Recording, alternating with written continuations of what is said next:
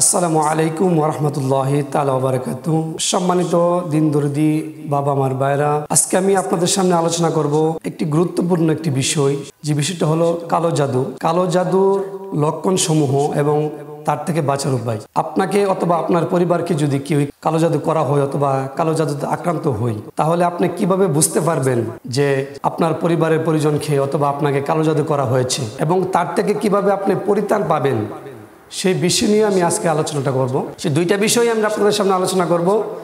দুইটা বিষয় গুরুত্বপূর্ণ। তো কালো জাদু বর্তমানে বাংলাদেশ সহ বিশ্বের বিভিন্ন দেশের মধ্যে এটা করা হয়, মানুষকে করা হয় তার জানমালের ক্ষতি করার জন্য, তার মাইন্ডের ক্ষতি করার জন্য, তার শারীরিক ক্ষতি করার জন্য এরকমভাবে কালো জাদু করে থাকে। কালো জাদু আপনার আশেপাশে যারা রয়েছেন, যারা আপনাদের আবেগের সাথে সম্পর্ক, তারাই আপনাদেরকে এরকমভাবে কালো জাদু করতে পারে। আপনার আত্মীয় স্বজনদের মধ্যে কেউই অথবা আপনার আশেপাশে পরিবারের আশেপাশে কেউ আপনাকে কালো জাদু করতে পারে, আপনার সমাজের কেউ কালো জাদু করতে পারে। কারণ বর্তমান কালো জাদু নিয়ে বিভিন্ন আলোচনা হচ্ছে, আপনার নিউজ হইতেছে, এরকমভাবে টিভিতে টক শো হইতেছে এবং আমাদের কাছেও বিভিন্ন রোগী আসে যে কালো জাদু নিয়ে, এবং অনেক কালো জাদুর সম্বন্ধে আমরা অনেক তথ্য পেয়েছি। আজকে আমি এটা আপনাদের সামনে আলোচনা করব।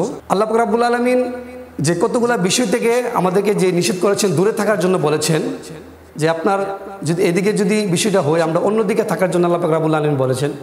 কারণ এর মধ্যে হলো আল্লাহ পাক রব্বুল আলামিনের সাথে কাউকে শরীক করা, দ্বিতীয়টা হলো সেহের থেকে যেন আমরা দূরে থাকি।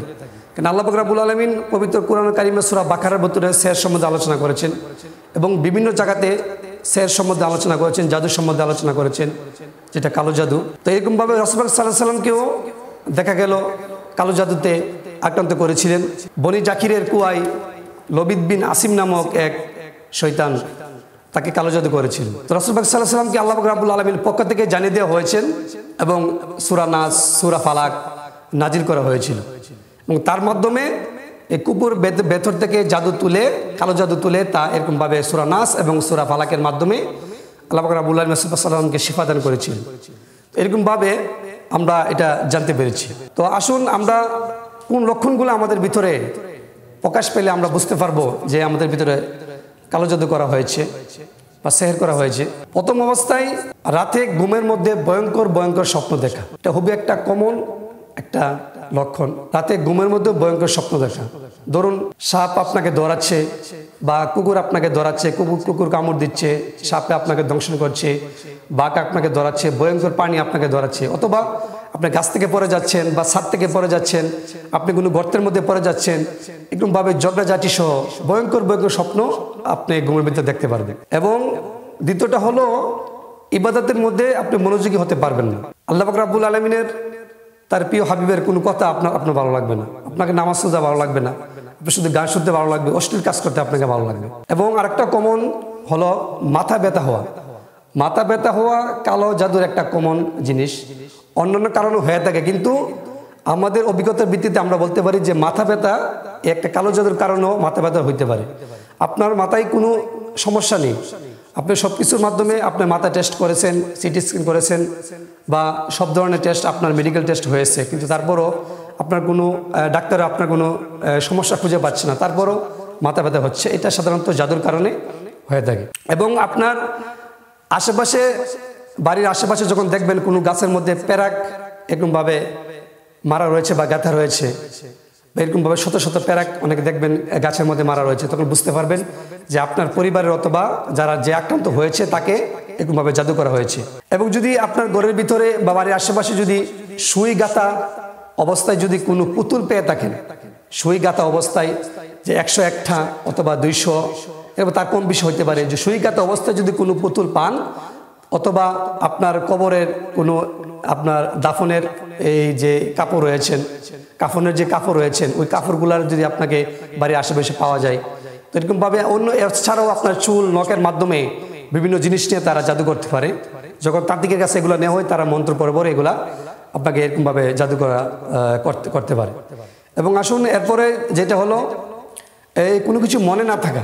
আপনার ব্রেনকে তারা যখন জাদু করবে তখন আপনার কোনো কিছু মনে থাকবে না।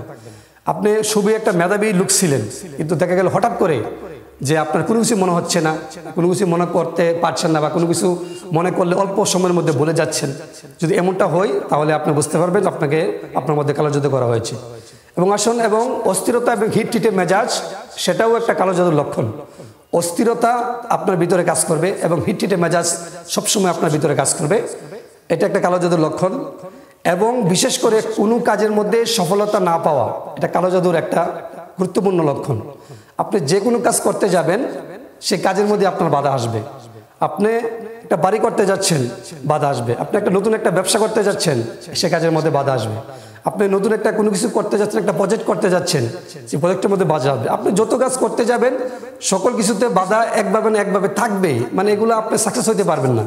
এই অবস্থায় যদি পড়ে যান, তাকে বুঝতে হবে আপনাকে কালো জাদু করা হয়েছে। এবং বিশেষ করে আরেকটা হলো আপনার স্ত্রীর সাথে অক্ষমতা, অর্থাৎ সহবাসে অক্ষমতা আপনার দেখা দিবে।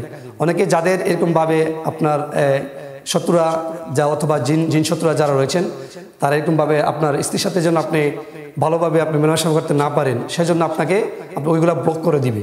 তাছাড়াও বিভিন্ন আরও লক্ষণ রয়েছে, যেমন শ্বাসকষ্ট, শরীর জ্বালাপোড়া, এরকমভাবে কতগুলো লক্ষণ, এরকমভাবে ভয়ঙ্কর ভয়ঙ্কর লক্ষণ দেখা দিই। এগুলো আপনাকে কালো জাদু করে আপনার সব কিছু বন্ধ করে দেওয়ার জন্য, যেন আপনি কোনোভাবেই আপনার মাইন্ড দিয়ে শান্তি না পান, শরীর দিয়ে শান্তি না পান, অথবা কোনো কাজকর্ম করে ব্যবসা বাণিজ্য করে যেন চাকরি বাকরি না করে যেন শান্তি না পান, এবং আপনার পরিবারও যেন শান্তি না পান। সেজন্য আপনাকে সব কিছু আপনাকে একবারে ব্লক করে দেওয়া হয়েছে যে এই কালো জাদুর মাধ্যমে।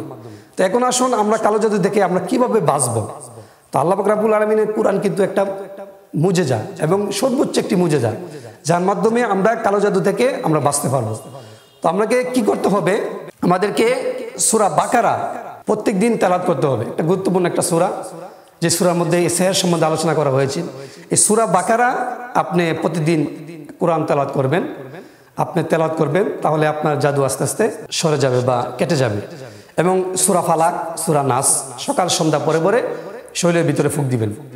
এবং রুকায়া যে 33 আয়াত রয়েছে কোরআন কারিমের, যে রুকায়া আপনি যখন ইউটিউবে অথবা আপনার কোনো গুগলের মধ্যে চার্জ দিবেন, তখন দেখবেন আপনার এই গুরুত্বপূর্ণ আয়াতগুলো চলে আসছে, রুকায়া 33 আয়াতগুলো, এগুলো আপনি পাঠ করবেন। এবং আপনাকে যে দুইটা খাবার যে খাইতে হবে, আজওয়া, খেজুর, দুধ, এগুলো আপনি খাবেন, বা সরিষার তেল আপনি খেতে পারেন, কারণ সরিষার তেল অনেক উপকারী, অথবা Aliva oil, extra virgin Aliva oil, যে তেলগুলো রয়েছে, এই খাবারগুলো আপনি খাবেন, তাহলে আপনাকে জাদু আক্রান্ত করবে না। এবং সবসময় পবিত্র থাকবেন, ঘরকে পবিত্র রাখবেন, নিজের শরীরকে সুগন্ধিময় রাখবেন, ঘরকে সুগন্ধিময় রাখবেন, এগুলো আপনাকে করতে হবে। তারপরে যদি আপনার কালো জাদু থেকে যায়, তাহলে আপনাকে একজন রাকির কাছে অথবা মুদাব্বির কাছে এবং আল্লাহওয়ালা কোনো ব্যক্তির কাছে আপনি চলে যাবেন। চলে গেলে তারা রুকাইয়া শরিয়ার মাধ্যমে অথবা কোনো তদবিরের মাধ্যমে আপনাকে এই কালো জাদু থেকে দূর করে দিবেন, এই কালো জাদু কেটে দিবেন, আপনার কাছ থেকে কালো জাদু চলে যাবে।